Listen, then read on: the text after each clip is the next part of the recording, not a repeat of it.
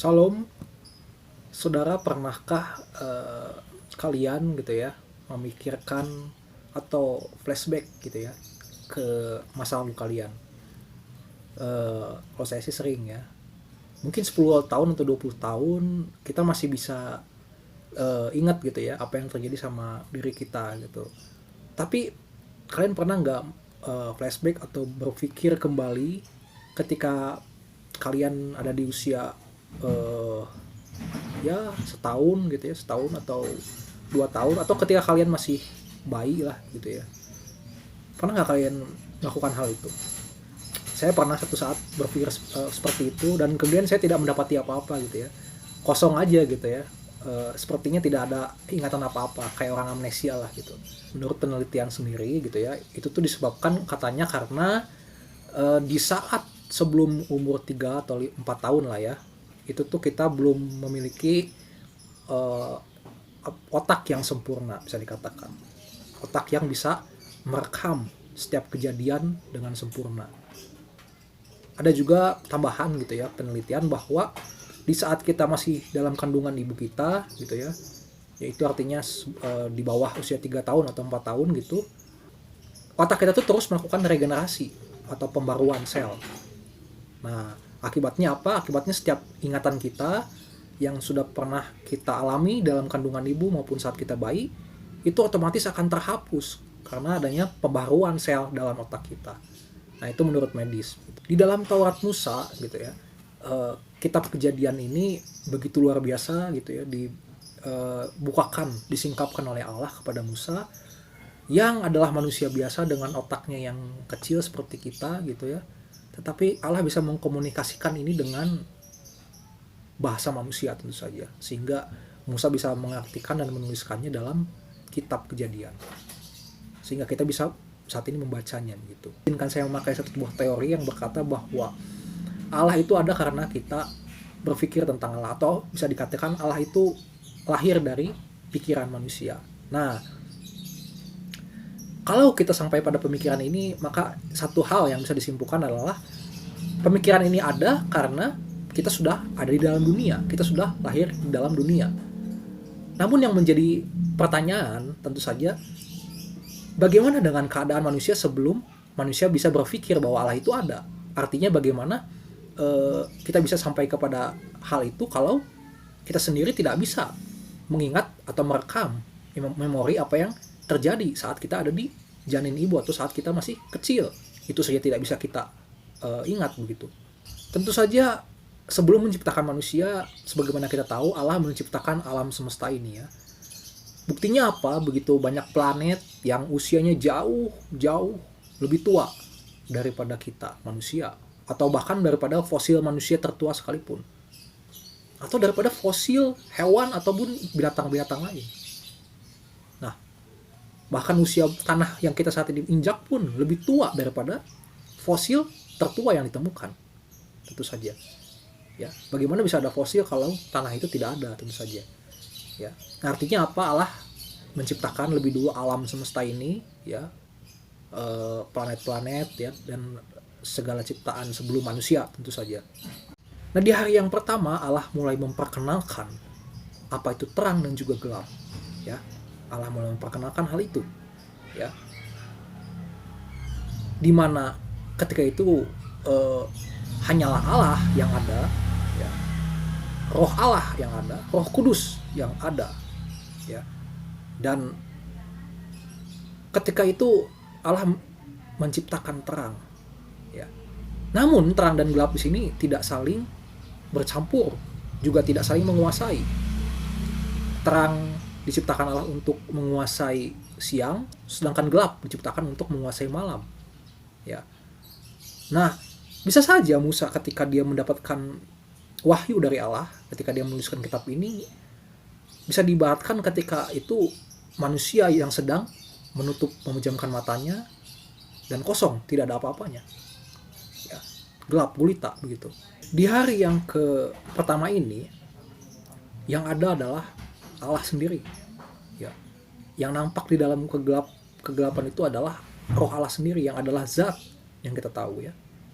Dan zat itu memang berbeda dari zat yang lainnya, karena zat itu tidak bisa digambarkan dengan otak manusia, tidak berbentuk dengan otak manusia. Dialah sang pencipta kita tentu saja. Nah, namun ketika Allah memperkenalkan terang, maka mulai jelaslah, tampaklah.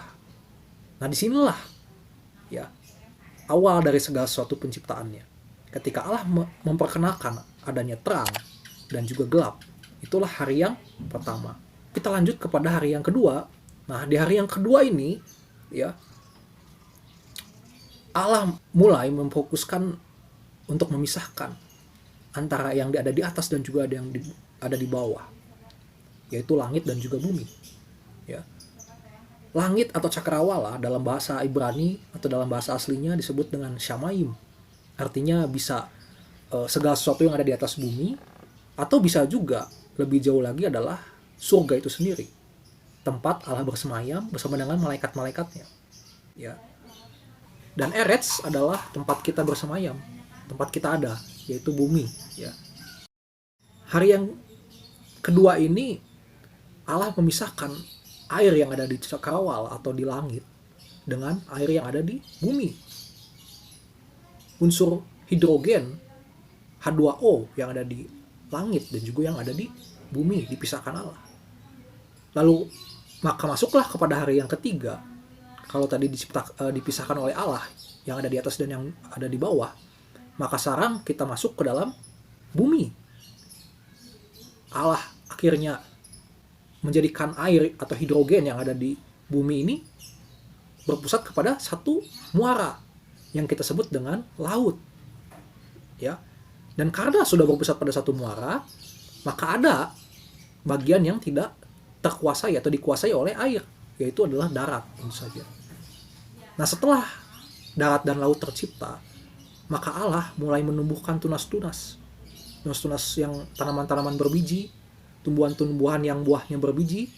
Untuk apa? Ini nantinya kita tahu adalah untuk sumber utama makanan manusia tentu saja.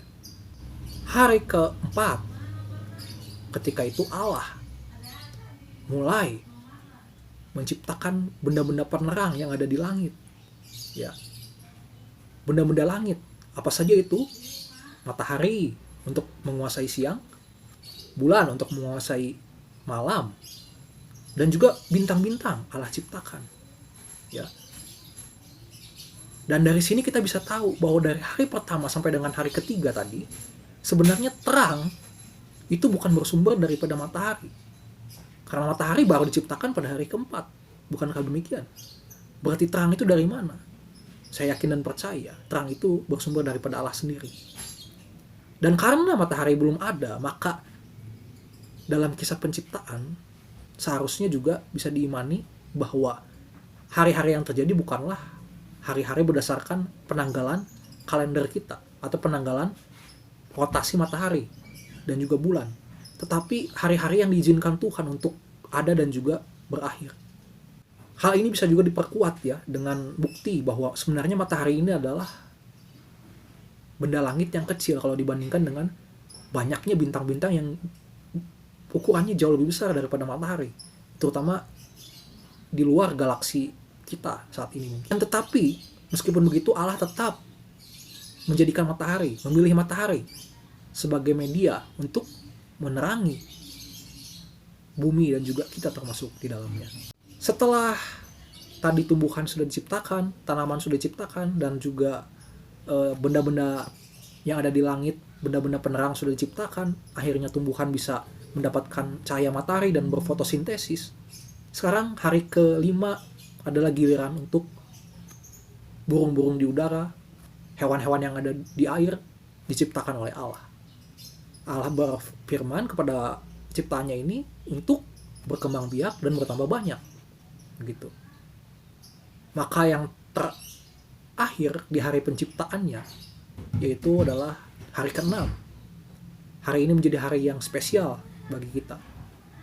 Karena disinilah selain Allah menciptakan hewan-hewan ternak, hewan-hewan bumi, hewan-hewan darat ya, yang apakah itu hewan liar ataupun hewan yang jinak gitu ya. Allah menciptakan manusia. Allah menciptakan manusia pertama yaitu Adam. Nah, spesialnya adalah manusia diciptakan berbeda dari ciptaan sebelum-sebelumnya dan ciptaan yang lainnya. Karena manusia diciptakan paling akhir, dan kisah penciptaan manusia ini ya terjadi dari debu. Debu ini muncul kenapa? Karena adanya hujan yang Allah berikan, yang Allah turunkan dari atas ke bumi. Akhirnya muncullah debu, dan dari debu itulah tangan Tuhan langsung membentuk manusia. Setelah itu, setelah Adam, Allah memberikan pasangan untuk Adam dari rusuknya Adam, yaitu kita kenal dengan namanya Hawa. Dan akhirnya Allah memberkati mereka berdua, bahkan berfirman bahwa mereka harus beranak cucu dan juga mengelola isi bumi ini. Kemudian Allah juga memberikan makanan kepada manusia, yaitu berupa buah-buahan yang berbiji, tumbuh-tumbuhan yang berbiji. Sedangkan kepada hewan adalah rumputan hijau, atau bisa juga dikatakan tumbuh-tumbuhan yang tidak berbiji begitu. Nah, ini menjelaskan bahwa sebenarnya sumber utama makanan manusia awal mulanya bukanlah daging-dagingan. Karena ketika itu manusia sejatinya bersahabat sepertinya dengan para hewan. Dari ke-6 hari di mana Allah bekerja, ada 1 hari di mana Allah mengkhususkan hari itu untuk berhenti. Dirinya berhenti dari penciptaan, beristirahat. Nah, dari sini sebenarnya kita patut belajar bahwa Allah sendiri menghargai waktu itu, mengkhususkan waktu itu untuk beristirahat dari segala pekerjaannya. Sebenarnya di pasal kedua dari kisah penciptaan ini tidak bertentangan dengan pasal pertama. Ya. Kalau kita melihat di pasal kedua, ini berfokus kepada manusia. Kalau di pasal pertama tadi lebih berfokus kepada keseluruhan ciptaan Allah, alam semesta ini. Ya. Yang adalah di luar kemampuan rekaman otak manusia. Lalu pasal kedua ini Allah mengizinkan Musa untuk menggunakan logika berpikirnya, menggunakan rasio otaknya, menggunakan rekaman dalam otaknya tentang bagaimana proses kehidupan, bagaimana proses komunikasi. Allah mengizinkan Musa untuk menggunakan banyak rasio dan juga rekaman yang ada dalam otak Musa untuk dituangkan di dalam pasal kedua ini. Tentu porsinya lebih banyak daripada pasal pertama yang lebih atau banyak di luar logikanya Musa tentu saja. Karena itu berbicara mengenai alam semesta yang tentu saja Musa belum lahir, manusia belum ada ketika itu. Musa menggunakan istilah tangan Tuhan membentuk hewan-hewan, dan kemudian Tuhan atau Allah membawanya kepada Adam. Padahal kita tahu penciptaan hewan-hewan itu lebih dulu daripada manusia. Ya. Lalu kenapa di pasal ini diberitahukan seolah-olah hewan-hewan itu ada sesudah atau diciptakan sesudah manusia? Nah, inilah yang perlu dilihat, bahwa Musa menggunakan dan mengetahui bahwa hewan-hewan ini sudah berkembang biak, sudah bertambah banyak, sebagaimana firman Tuhan, sebagaimana firman Allah yang tadi kita sama-sama baca, bahwa Allah berfirman, berkembang biaklah ya hewan-hewan ini. Nah, Musa tentu saja kalau merujuk kepada pasal pertama, Musa tahu bahwa yang mengizinkan hal ini adalah Allah. Makanya dia menggunakan bahasa tangan Tuhan membentuk mereka, tangan Allah membentuk mereka dari tanah liat. Dan kemudian tentu Allah melakukan ini adalah untuk mencari teman atau sahabat bagi Adam sendiri. Ya. Dan akhirnya kita tahu bahwa tidak ada yang sepadan dengan Adam. Dan akhirnya Allah sendiri mengambil tulang rusuk Adam untuk membentuk Hawa, sehingga Adam dan Hawa menjadi manusia. Nah, di pasal berikutnya, ketika peristiwa jatuhnya manusia dalam dosa, ya, meskipun akhirnya manusia sudah jatuh dalam dosa dan terusir dari Taman Eden yang sempurna itu, dan akhirnya Hawa harus bersusah payah untuk bersalin gitu ya, merasakan sakitnya, pahitnya. Begitupun dengan Adam harus berjuang menafkahi keluarganya sampai saat ini kita. Tetapi Allah tetap memberkati mereka. Allah tetap berkata, berfirman bahwa beranak cuculah, penuhilah bumi, bahkan kuasailah isi bumi, taklukkanlah. Jadi saudara, kita sudah jelas bukan bahwa kenapa manusia sulit mengingat masa bayinya atau masa kecilnya. Kenapa hal itu harus terjadi? Kenapa hal itu diizinkan? Kenapa hal seperti itu diizinkan? Karena yang utama itu adalah buah daripada keberdosaan manusia sendiri sebenarnya. Proses pembentukan otak manusia, proses pembentukan yang ada pada sel-sel otak manusia itu terjadi akibat dosa manusia.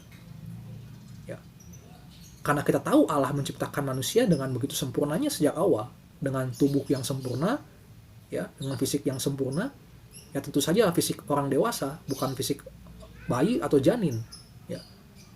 Dan otak pun otak yang sempurna, tidak usah berkembang lagi begitu, tidak usah berkembang berproses. Ya. Namun meskipun ini adalah hasil daripada dosa manusia dan juga seolah-olah terlihat buruk begitu, namun Allah menggunakan hal ini dengan begitu baik untuk menunjukkan kasih Allah. Allah tidak mau manusia seperti robot yang ditanam memori oleh Allah dan hanya untuk sekedar melayani Allah, ya, atau menyembah Allah, tidak. Tetapi Allah tetap mengizinkan manusia untuk meskipun terpisah dari Allah karena sudah berdosa. Allah mengizinkan manusia untuk hidup secara mandiri. Musa adalah salah satu tokoh, ya, yang meskipun dengan keterbatasan otak manusia seperti kita, namun tidak mengurangi imannya kepada Allah. Kenapa? Yang pertama adalah Allah membukakan pengetahuan itu kepada Musa. Artinya karena Allah sudah memilih Musa, maka Allah pasti akan memberikan pengetahuan tentang penciptaan tentu saja. Nah kemudian Allah juga berkenan kepada Musa ketika Musa menggunakan logika, menggunakan proses berpikir, menggunakan rasio otaknya. Dalam kisah manusia ini, bukankah logika dan juga iman adalah dua hal yang saling berkaitan? Iman sering dipakai lebih banyak untuk menjelaskan hal-hal yang tidak dapat dialami oleh seseorang, ataupun juga hal-hal yang tidak dapat direkam oleh otak manusia. Sebaliknya, logika dipakai atau lebih banyak dipakai untuk menjelaskan hal-hal yang sudah pernah dialaminya atau hal-hal yang sudah pernah direkam oleh otaknya. Nah, bukankah ketika kita masih kecil, ketika kita masih bayi, kita tidak bisa mengingat hal yang terjadi dalam hidup kita? Kita bertanya pada orang tua kita, kemudian orang tua kita memberitahukan apa yang terjadi ketika itu. Dan dengan gampangnya kita tinggal percaya saja. Nah, kurang lebih seperti ini maksud Allah. Ya, Allah mau menggunakan iman kita dan juga rasio otak kita, perkembangan otak kita atau logika kita dalam memahami, tentu saja memahami dan mengenal Allah, dalam mencari siapa pencipta kita. Bukankah Tuhan Yesus Kristus pernah bilang kepada para muridnya kalau berbahagialah mereka yang tidak melihat namun percaya? Ya. Amin. Di kisah berikutnya kita akan belajar dan juga melihat bagaimana peristiwa jatuhnya manusia ke dalam dosa. Kenapa harus manusia mengalami hal seperti ini? Jangan lupa untuk subscribe dan juga share kepada teman-teman yang Anda kasihi. Tuhan Yesus memberkati.